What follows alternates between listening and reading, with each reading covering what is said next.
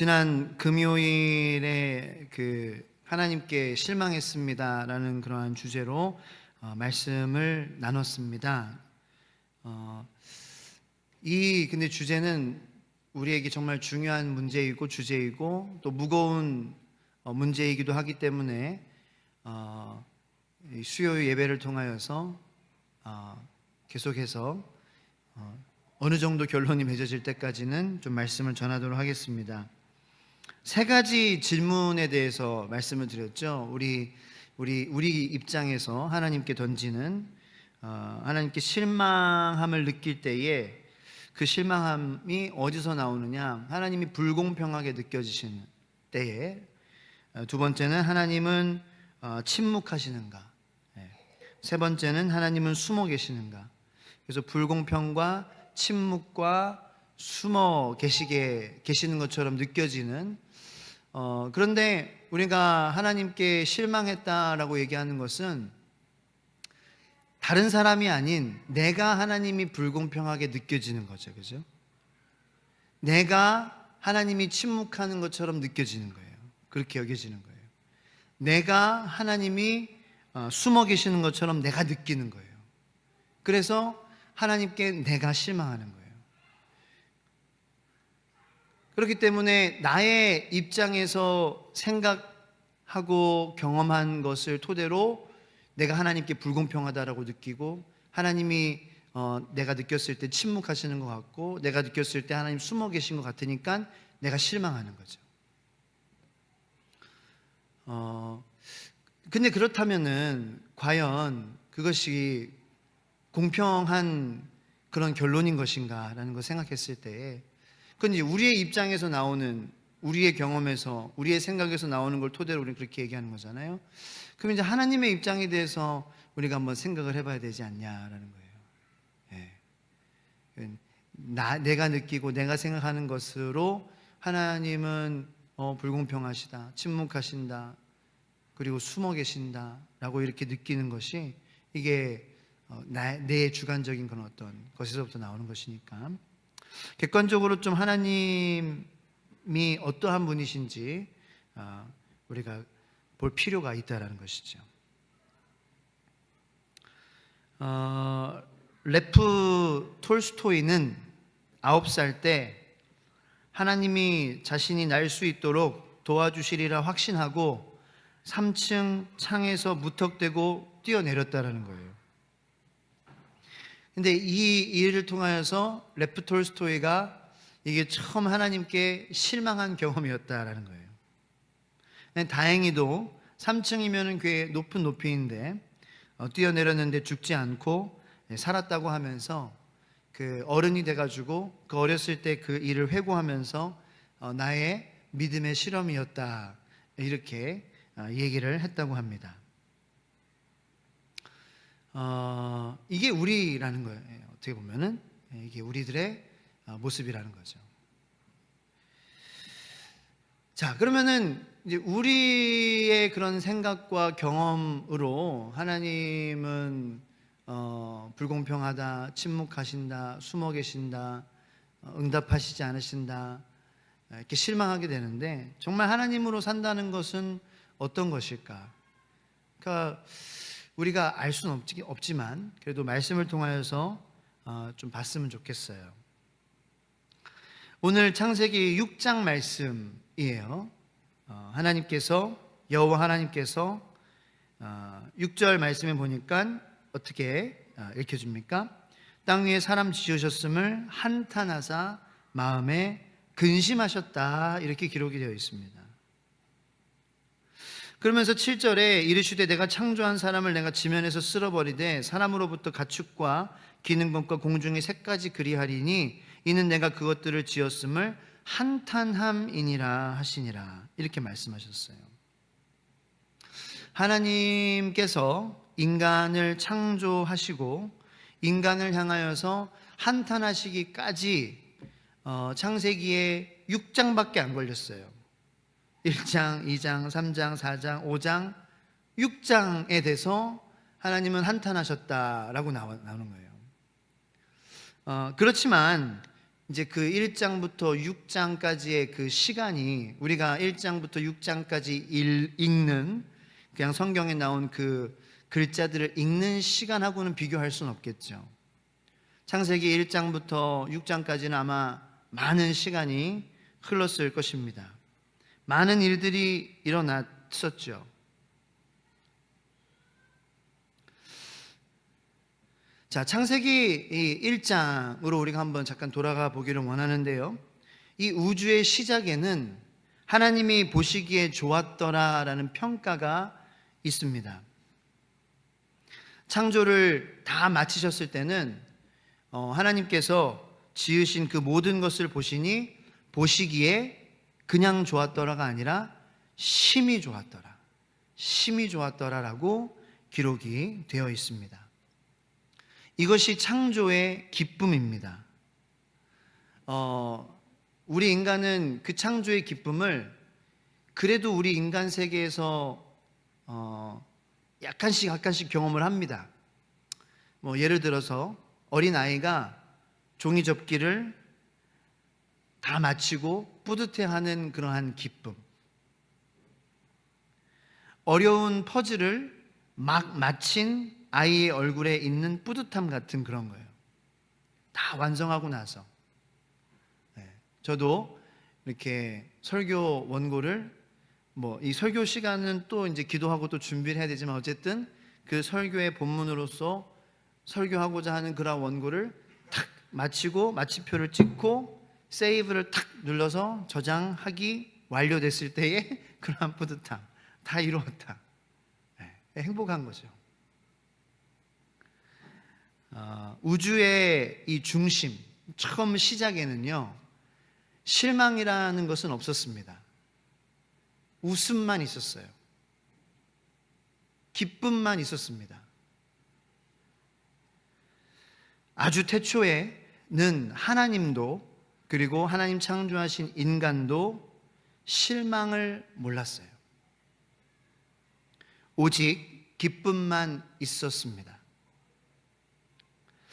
근데 우리가 이 창세기 1장을 이렇게 읽으면서 그냥 너무 쉽게 지나가곤 하는데, 이 창조라는 것을 제가 묵상을 하고 또 자료들을 이렇게 보면서 생각하는 것이, 이 창조라는 것이 얼마나 위대하고 감동적이냐라는 것이 단순히 무에서 유를 창조한 그것 자체가 병이롭고 위대한 것이 아니에요. 물론 그것도 위대하지만 더 위대하고 더 놀랍고 더 감동적인 것은 뭐냐면은 이 창조를 통하여서 제한이 없으신 무한하신 하나님이 자신을 제한하시기 시작하셨다라는 것에 감동이 있습니다. 왜냐하면은 창조에는 제한이 필요하거든요. 시간에 제약받지 않는 하나님이 시간을 만드셔야 했어요. 이 세상을 창조하시기 위해서. 공간에 제약받지 않는 하나님이 이 세상을 창조하시기 위해서 공간을 만드셔야 했어요. 낮과 밤이라는 게 생겼습니다.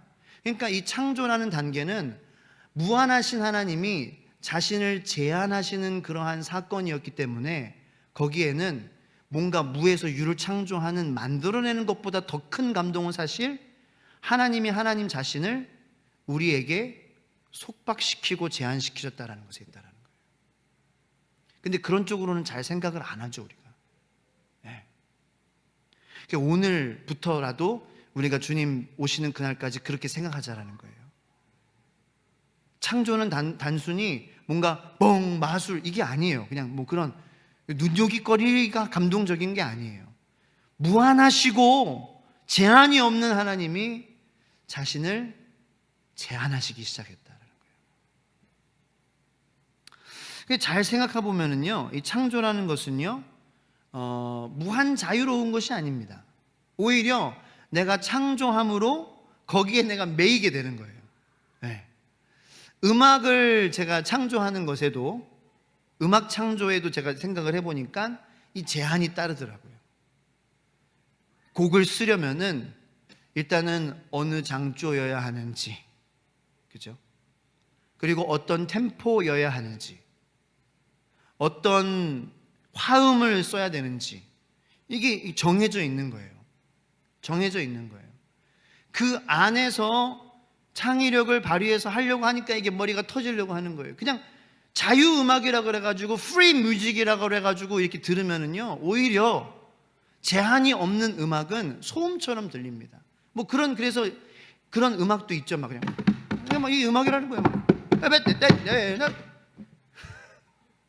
근데 심지어는 이런 것들도 제가 지금 박자를 쳤어요. 이게 제한이 다 있는 거예요. 제한 안에서 창조가 일어나는 거예요. 미술도 마찬가지예요. 일단 미술도 캔버스라는 것의 제한을 우리가 받기 시작하죠. 네. 이 창조라는 것이 무한 자유가 아니더라는 거예요. 그리고 이제 또 내가 거기에 매이게 된다라는 것이 또 어떤 의미냐면은, 예를 들어서 최근에 유희열 씨가 자기가 창조한 음악들이 어떤 아티스트의 음악들과 비슷하다 그래가지고 굉장히 이슈가 됐었던 적이 있습니다. 심지어는 그래서 유희열의 스케치북이라는 KBS의 장수 프로그램에서 유희열 씨는 하차해야 했어요. 워낙 논란이 커지니까. 근데 뭐 저는 표절의 유무 여부를 말씀드리는 것이 아니라, 왜 그런 일이 일어나느냐? 내가 창조했기 때문에 그랬다라는 거예요. 그래서 내가 창조한 음악이기 때문에 나는 거기에 매이고 그게 이슈화가 되면은 나도 같이 끌려 들어가게 된다라는 거죠. 이해가 되십니까? 굉장히 중요한 부분이 여기를 집중해 주세요. 뭐 뒤에 애들이니까 떠들게 돼 있는 거예요. 예. 뭐 그래서 조용히 하라고 계속 얘기하면 되는 거고요. 예. 여러분들은 여기에 집중하셔. 유희열이 창작자이기 때문에 그 노래가 이슈화가 됐을 때, 문제가 생겼을 때 자기도 끌려 들어가는 거예요. 예? 진짜 표절했는지 안 했는지 그거를 떠나서 내가 창조했기 때문에.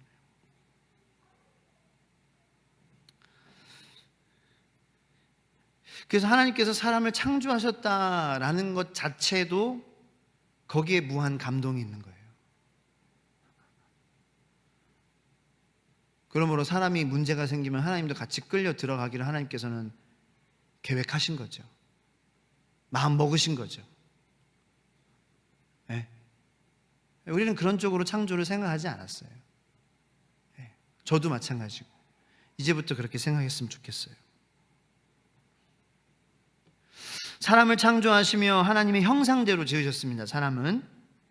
근데 이 사람은 다른 생물체와는 달리 또 다른 특성이 있습니다. 다른 피조물과 다르게 구별되게 이 사람에게만 창조주에게 반항할 수 있는 도덕적 능력이 있는 거예요. 이 세상에 어떠한 피조물도 하나님에게 반항하지 않습니다. 우리 인간만 반항합니다. 우리가 옳다라고 생각하기 때문이죠. 그게 우리 인간이 가진 도덕적 능력입니다. 예를 들어서 조각품이 조각가에게 침을 뱉을 수 있다는 것입니다.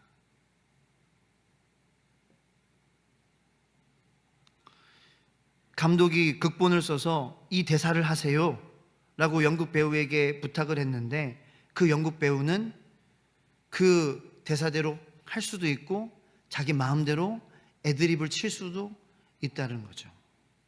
한마디로 우리 사람은 자유롭습니다. 그래서 어떤 신학자는 인간을 이렇게 얘기합니다. 하나님의 위험한 선택이다. 네. 하나님의 위험한 선택이다.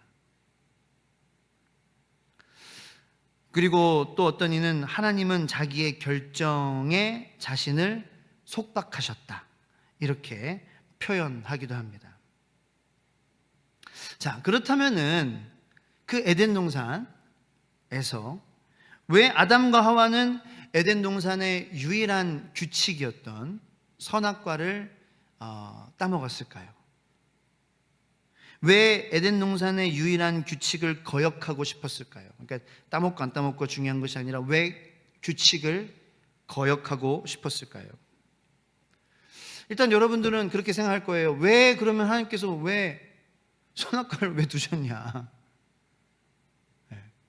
그런데 왜 두셨냐, 저도 맨날 물어보는데 맨날 잊어버려요, 이유를. 그래서 또다시 생각했어요. 왜 두셨지? 이것도 생각한 거예요. 왜 두셨지? 아예 안 두셨으면.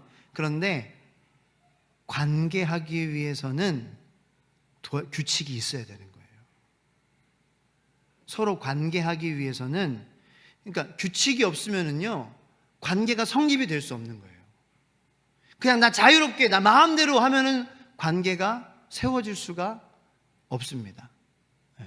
자, 뒤에 있는 너희들, 얘들아, 목사님이 조용히 하라 그러면 조용히 해야 돼. 알겠어? 알겠니? 그게 예배야. 너는 떠들어라. 그러니까 저렇게 반항하는 거죠. 선택할 수 있는 거예요. 내가 들어도 되고 안 들어도 되고. 왜냐하면 목사님이 방해가 돼서 잘 말씀을 못 전하겠어. 그래서 너희들 같이 예배 드리는 건 좋은데 목사님이 좀 딸려서 그래. 이해를 해줘. 이거 굉장히 중요한 말씀이라 제가 조금 예민해진 것 같아요.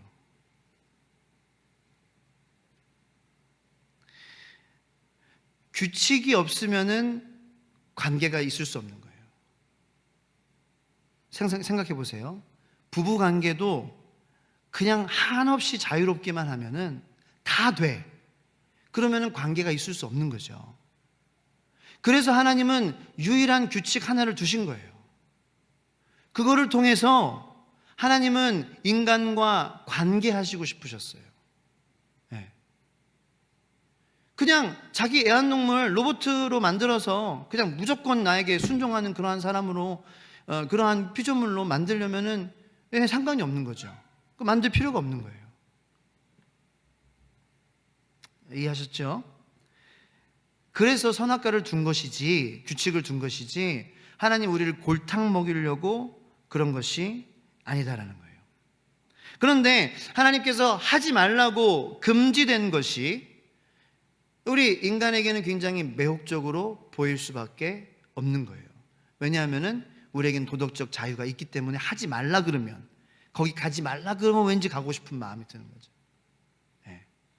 사람마다 조금 그 레벨이 조금 더 이렇게 좀 차이가 있어서, 어떤 사람은 그래도 순종을 하려고 하고 하지만 마음에 이제 드는 생각이 있고 하지만 순종을 하긴 하지만, 어떤 사람은 이 가는 속도가 빠른 거죠. 근데 누구나 다 마음에 다 있어요. 그리고 이제 그 하나님께서 창조하신 가장 간교한 피조물이었던 그러한 뱀 같은, 참 이렇게 그런 쪽으로 지혜가 뛰어난 그러한 피조물이 유혹을 하면 다 넘어가게 돼 있는 거예요. 하지 말라는 것에 꼭 우리는 하고 싶어 해요. 여기 뭐 안 그런 분 계시면 한번 손 들어보세요. 아무도 없잖아요.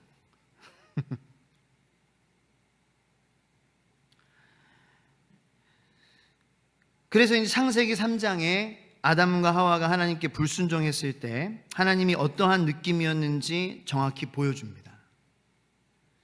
깨어진 관계로 인한 슬픔, 하나님을 부인하고 거짓말하고 핑계댔죠. 그것에 대한 하나님의 분노가 창세기 3장에 우리에게 느껴집니다. 자, 아담과 하와는 선악과를 따먹는 하나님의 규칙을 어기는 결정을 택했습니다. 그들은 그렇게 생각했을 거예요. 내가 이 결정을 함으로 나는 더 자유로워지고 싶어. 자유로워질 수 있어. 그런데 그러한 선택, 자유로운 행동에도 제한이 따르게 된다는 것입니다. 자유로운 선택처럼 보이는 거역입니다. 거기에 제한이 따르기 시작합니다. 어떤 제한이 따르기 시작해요? 아담과 하와는 하나님의 명령을 어기는 선택을 함으로 하나님과의 관계에서 제한이 생기는 거예요. 예전에는 하나님이 부르시면은 네 하나님 하고 하나님께 얼른 안겼는데, 이제는 그 자유로운 선택을 하고 나서는 하나님한테 안길 수가 없는 거예요. 그 선택에 따른 제한이 생기기 시작했습니다. 이제는 하나님이 부르시면은, 전에는 하나님이 부르시면은 네 하나님 제가 여기 있습니다 이렇게 대답했었는데 웃으면서. 그런데 그들은 자유롭게 한 그 선택으로 말미암아 하나님이 그들의 이름을 부르실 때 그들은 숨고 싶어졌어요.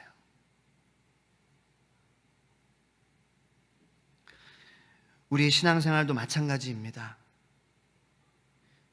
우리가 수많은 선택을 할 수 있어요.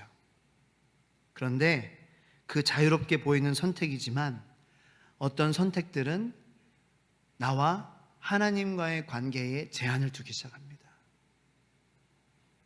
나와 교우들과의 관계에 제한이 걸리는 선택들이 분명히 있어요.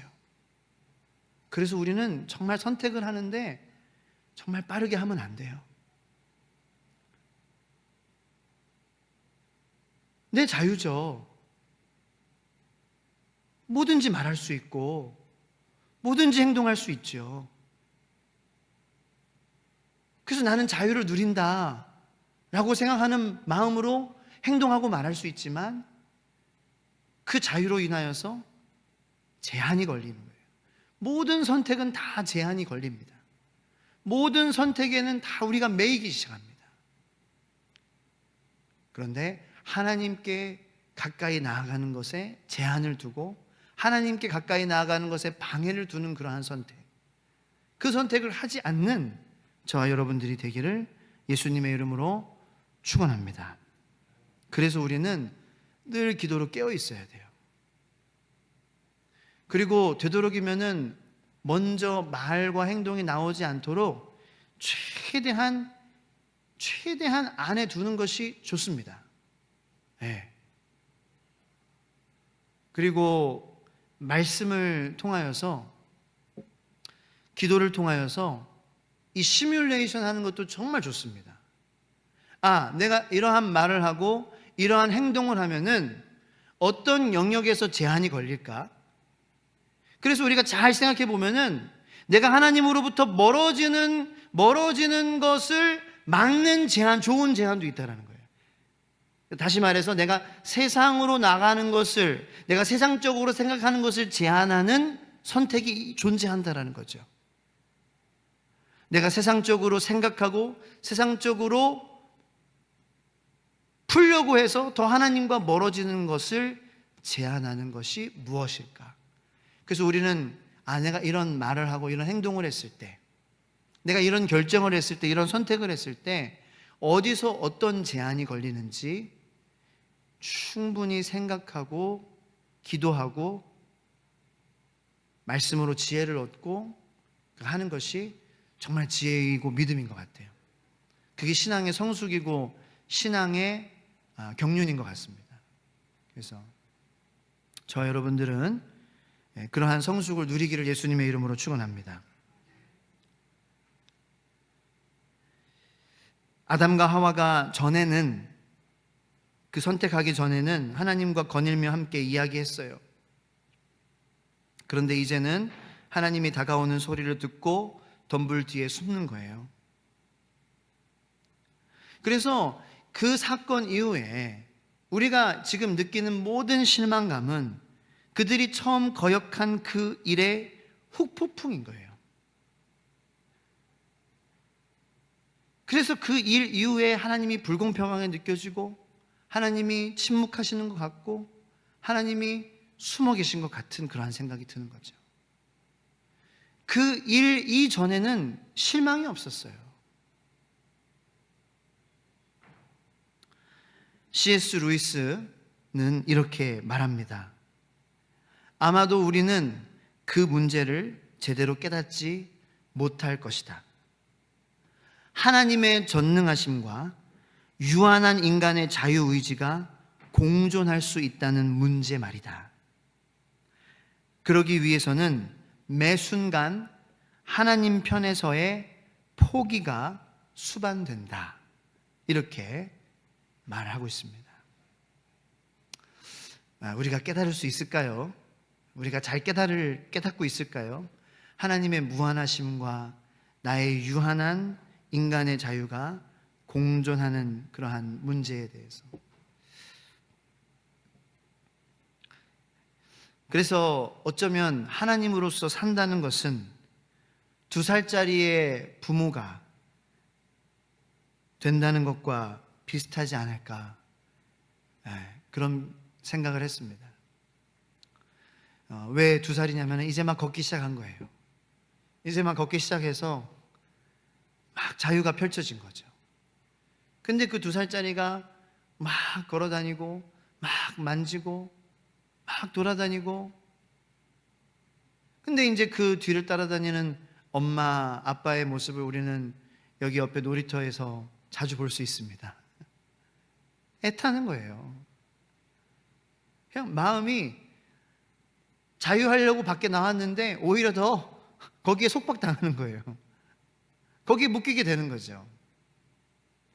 그래서 애기 뒤만 졸졸 따라다니면서 노심초사. 그래서 뭔가 야야야 뭔가를 야야야 조심해 조심해, 넘어지고 그러면 일으켜주고, 계속 불안한 마음으로 졸졸 쫓아다니는 그러한 부모님의 마음, 엄마 아빠의 마음이 바로 하나님으로 산다는 것이 아닐까요? 그게 우리의 모습이 아닐까. 그리고 하나님으로 산다는 것은 사춘기 초절정에 예민한 그러한 청소년을 자녀로 두신 부모님의 마음이 아닐까. 제가 고등학교 때 귀를 뚫고 싶어가지고 엄마 나 알바하면 내 돈으로 나 귀 뚫고 올 거예요 예고를 했더니 어머니께서 너 귀 뚫고 오면 너 호적에서 파버린다 그랬는데도 설마 파시겠어? 하면서 돈을 내고 귀를 한쪽을 뚫고 온 거예요. 그게 이제 어머니가 보시고 노발대발 하시면서 그날 인생 최고로 혼났죠. 제가 이제 혼나니까 열받아가지고 이 귀에 그날 뚫었는데 바로 빼면 또 막히거든요. 근데 막히든지 말든지 빼가지고 바닥에 내 농댕이 치면서 방문을 있는 힘 다 사정 꽝 닫고 문을 탁 걸어 잠그고 화를 주체하지 못하고 벽을 내가 펀치로 탁 쳤는데 그 벽이 미국이었어요. 미국이었는데 시멘트가 아니라 이 그 석고로 된 벽이라서 구멍이 뻥 뚫려가지고 난감했죠. 순간 화는 났는데 이제 카리스마는 지켜야 되고 벽은 뚫렸는데 우리 집은 아니고 아파트고, 그래서 손해배상을 해줘야 되는 그러한. 나중에 저희 아버지께서 땜빵을 해주셨어요. 하나님으로 산다는 것은 그런 저 같은 사춘기 초절정에 반항하고 소리 지르고 아무 말도 하지 않고 문 꽉 닫고 들어가는 그러한 아들을 둔 마음이 아닐까. 그런데 하나님은 그 한 자녀에게만 그렇게 당하신 것이 아니라 온 인류에게 그렇게 당하셨어요. 모든 인류는 하나님을 그렇게 대했어요.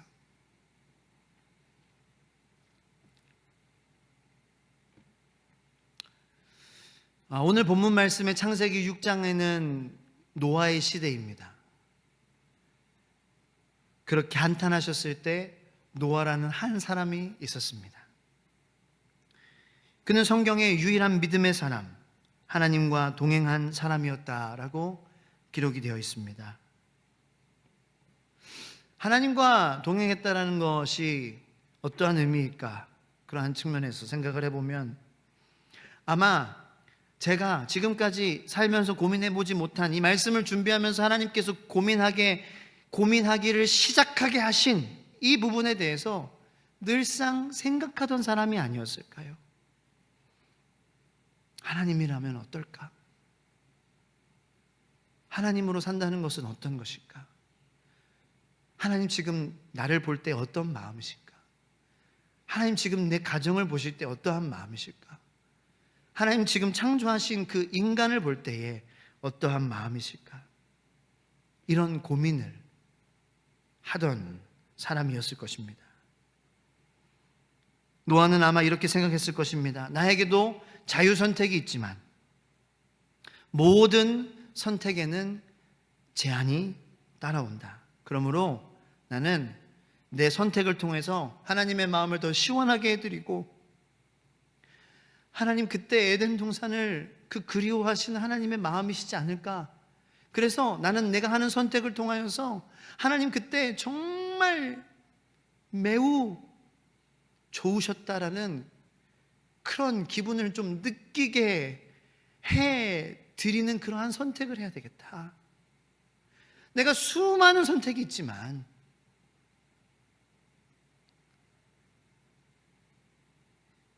제가 여러분들 말씀드렸죠? 우리가 하는 선택은 우리를 속박한다고. 근데 만약에 우리의 선택을 통해서 우리가 예수 그리스도를 선택하면 어떻게 될까요? 우린 예수 그리스도에게 속박당하는 거예요. 예수 그리스도의 제한이 걸리는 거예요. 그런데 이 세상에 그 어떠한 것들보다도 우리가 걸려야 될 제한과 속박이 있다면 그것은 우리를 진정 자유케 하시고 하나님의 자녀 삼아주시는 예수 그리스도의 사랑이 우리를 속박해야 될 줄로 믿습니다. 우리가 정말 자유해지는 속박은 예수님에게 속박되는 거예요. 이 노아는 그렇게 생각할 수 있는 사람이었던 것 같아요. 그래서 하나님이 노아를 보시면서 이런 마음을 드셨다라는 거예요. 아, 다 그런 건 아니구나. 다시 시작해 볼 인물이 있구나. 그래서 이 오랜 세월이 지난 후에 에스겔서에서 보면은 하나님은 그분을 따른 가장 의로운 사람 3명을 꼽아요. 다니엘, 욥, 그리고 노아였어요. 다니엘, 욥, 노아.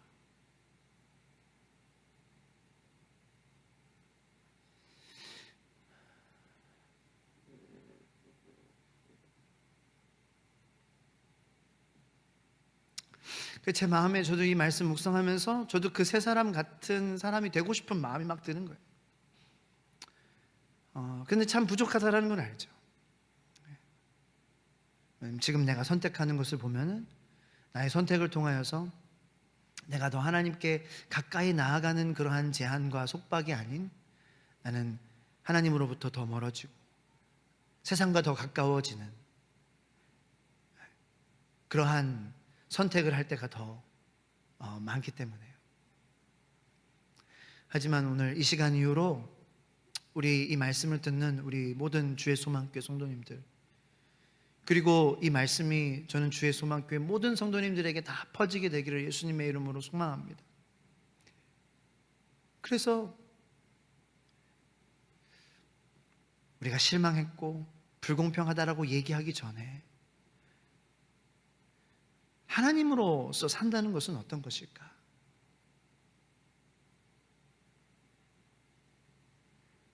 결국에 하나님께서는 나와 관계하시기 위해서 주신 그 자유와 그 규칙, 그 규칙에 대한 선택으로 오히려 하나님과의 관계에 제한이 걸려서 하나님이 불공평하게 느껴지고 침묵하시는 것처럼 느껴지는, 숨으신 것처럼 느껴지는,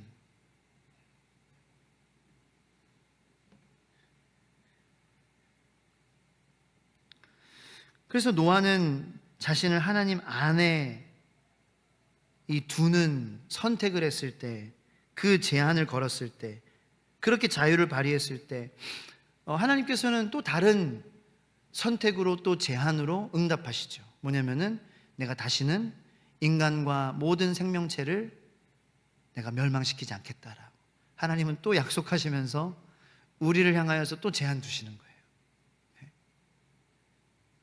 우리를 하시겠다라고 말씀하시면서 또 예수 그리스도를 보내주시는 자신이 인간 되시는 것으로 또 제한하시는 거예요. 그렇게 자신을 속박하시는 거예요. 그게 하나님의 위대하심이에요.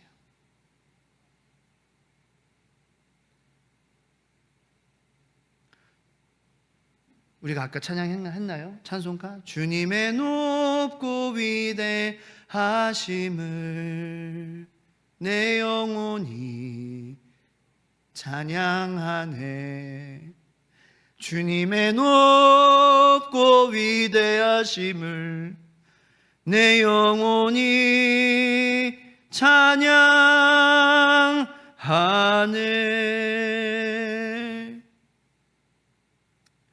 이 주님의 높고 위대하심은, 그 높고 위대하신 주님이 우리를 향하여서 자신을 제한하셨다, 자신을 속박시키셨다라는 거예요. 그것이 정말 위대하십니다. 그것이 우리가 이 세상에서 체험할 수 있는 하나님의 영광이 아닐까요?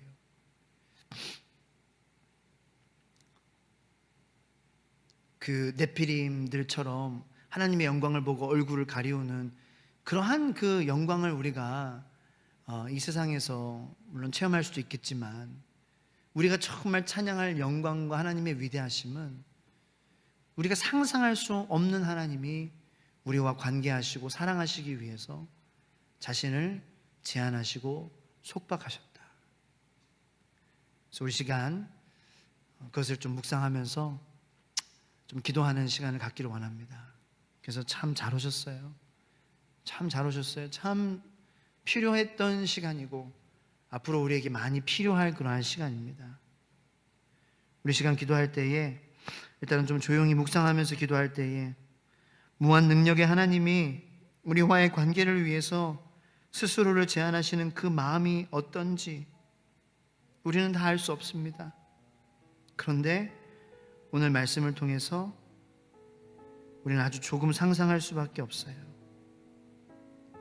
하지만 우리가 결단할 수 있습니다. 하나님, 이제부터 더 많이 하나님의 편에서 생각하고 고민하고 하나님 마음을 시원하게 해드리는, 하나님이 우리의 속박 되시고 우리의 제한 되셔서